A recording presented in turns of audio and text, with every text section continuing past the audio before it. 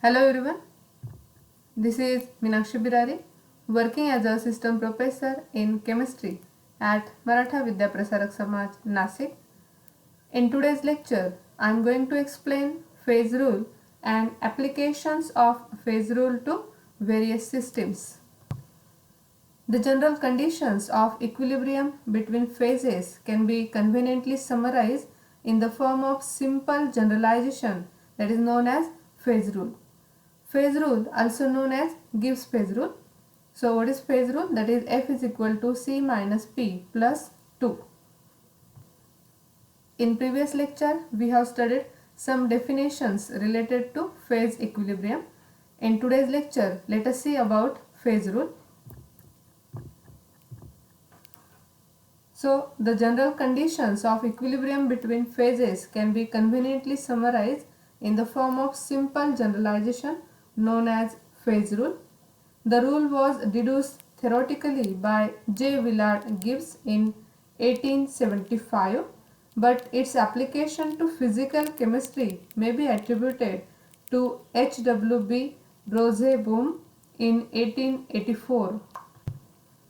The phase rule was first presented by Gibbs in 1875.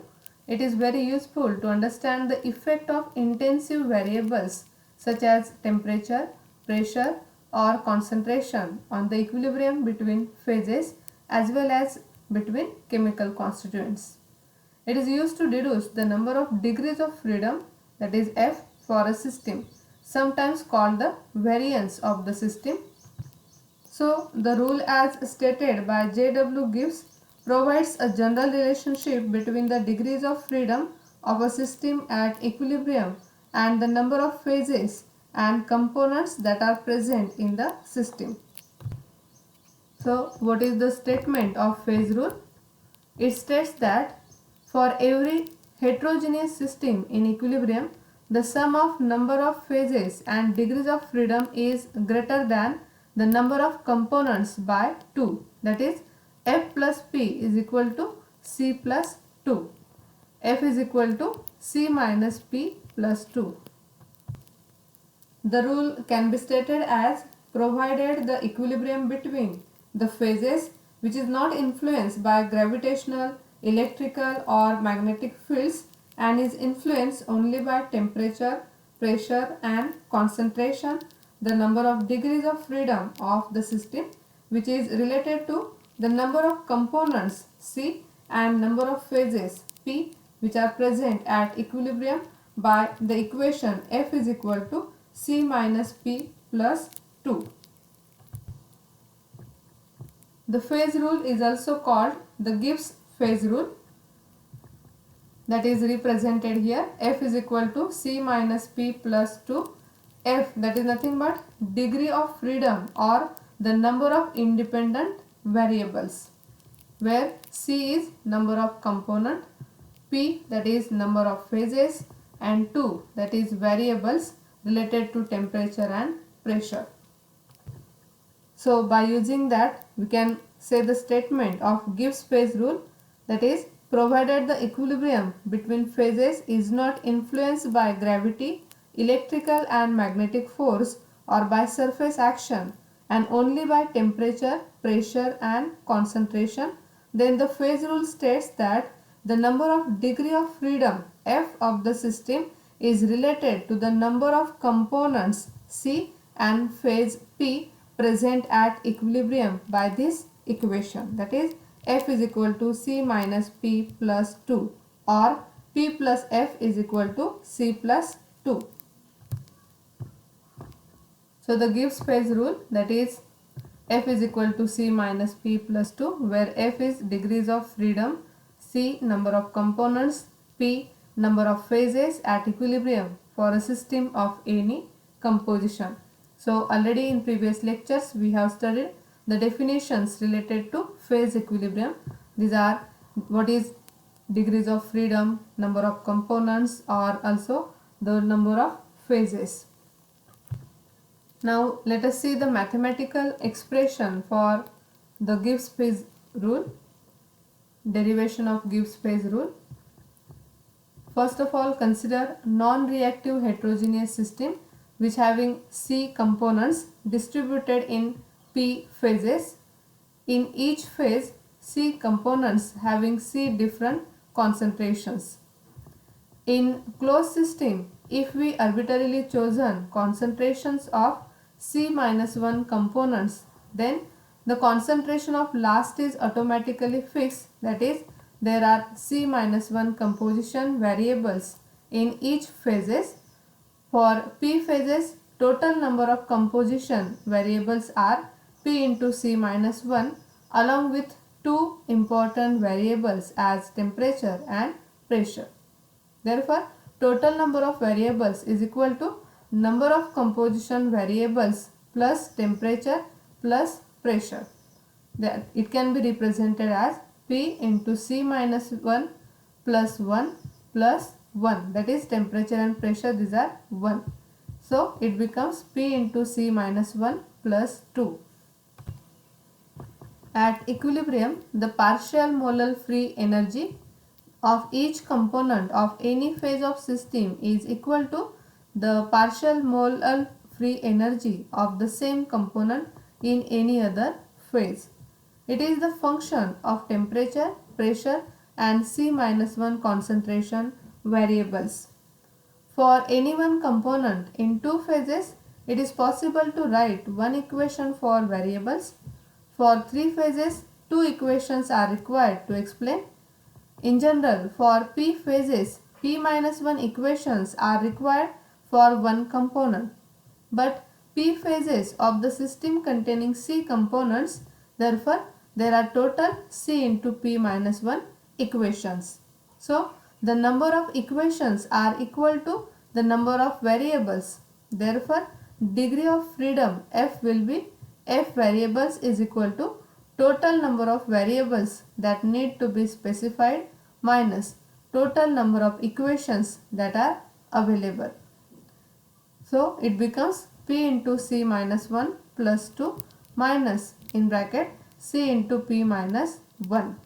So, if we solve these brackets, we get P into C minus P plus 2 minus PC plus C, and by simplification we get that PC plus PC and minus PC get cancelled. We get this equation F is equal to C minus P plus 2. In this, there are C components and P phases. Then total number of equations or variables will be C into P minus 1. As we know the value of C and P, the value of C into P minus 1 gives the total number of known equations or variables.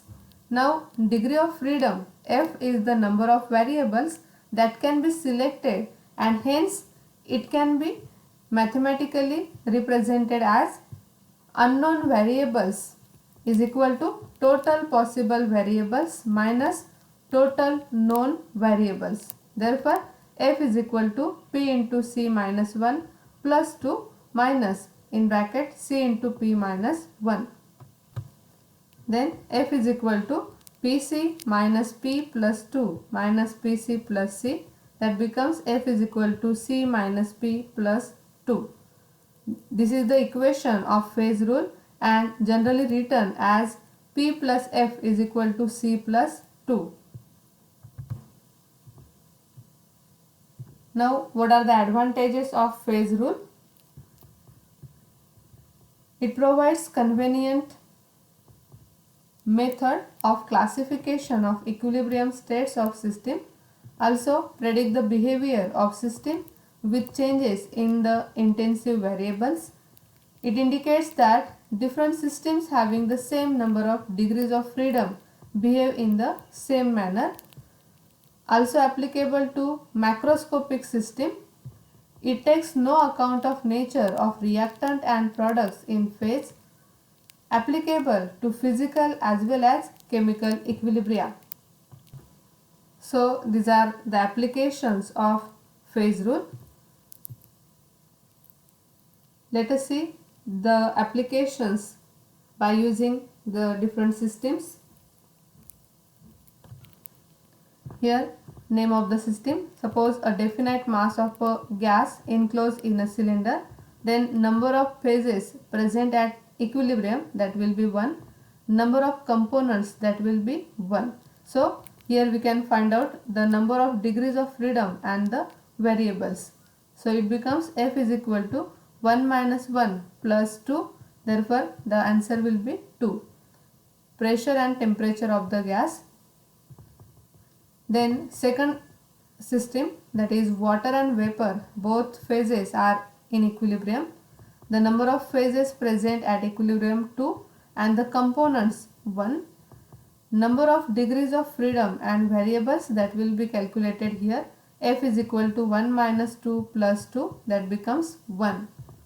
Then third example, calcium carbonate, which is in solid form, is in equilibrium with calcium oxide plus CO2, carbon dioxide, gaseous state. So there are number of 3 phases at equilibrium and number of components 2. Therefore the degrees of freedom F is equal to 2 minus 3 plus 2, that becomes 1. Then consider this example, ice, water and vapor, these are in equilibrium. Here the number of phases present at equilibrium, these are 3, and number of components, that is 1.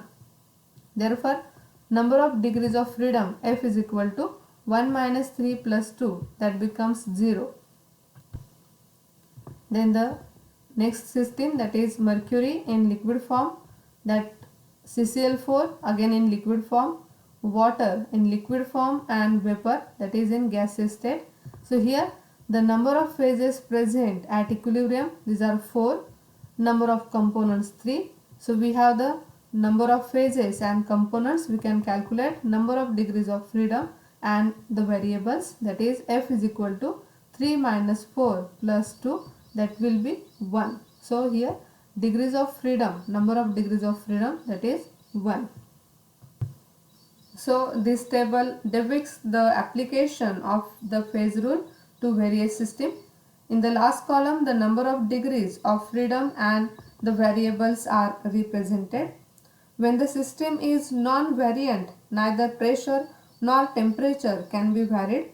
The equilibrium occurs at a particular temperature and pressure only. So here number of degrees of freedom, that is equal to 0. That means here the system is non-variant, neither pressure nor temperature can be varied, and the equilibrium occurs at a particular temperature and pressure only. So these are applications of phase rule to various systems. Now let us see the limitations of phase rule.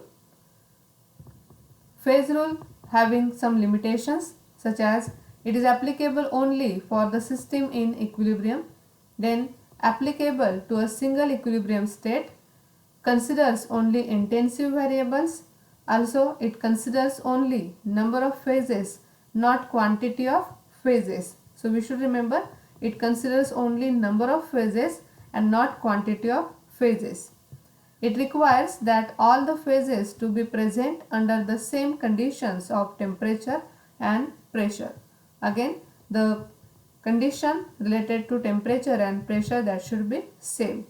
So these are some limitations of phase rule. So in today's lecture we have studied the statement of the phase rule, also the applications of phase rule to various systems. By using phase rule we can calculate the number of degrees of freedom and the variables. When the system is non-variant, neither pressure nor temperature can be varied. The equilibrium occurs at particular temperature and pressures only. So in next lecture we will study the phase diagram and the examples related to phase diagram. Thank you.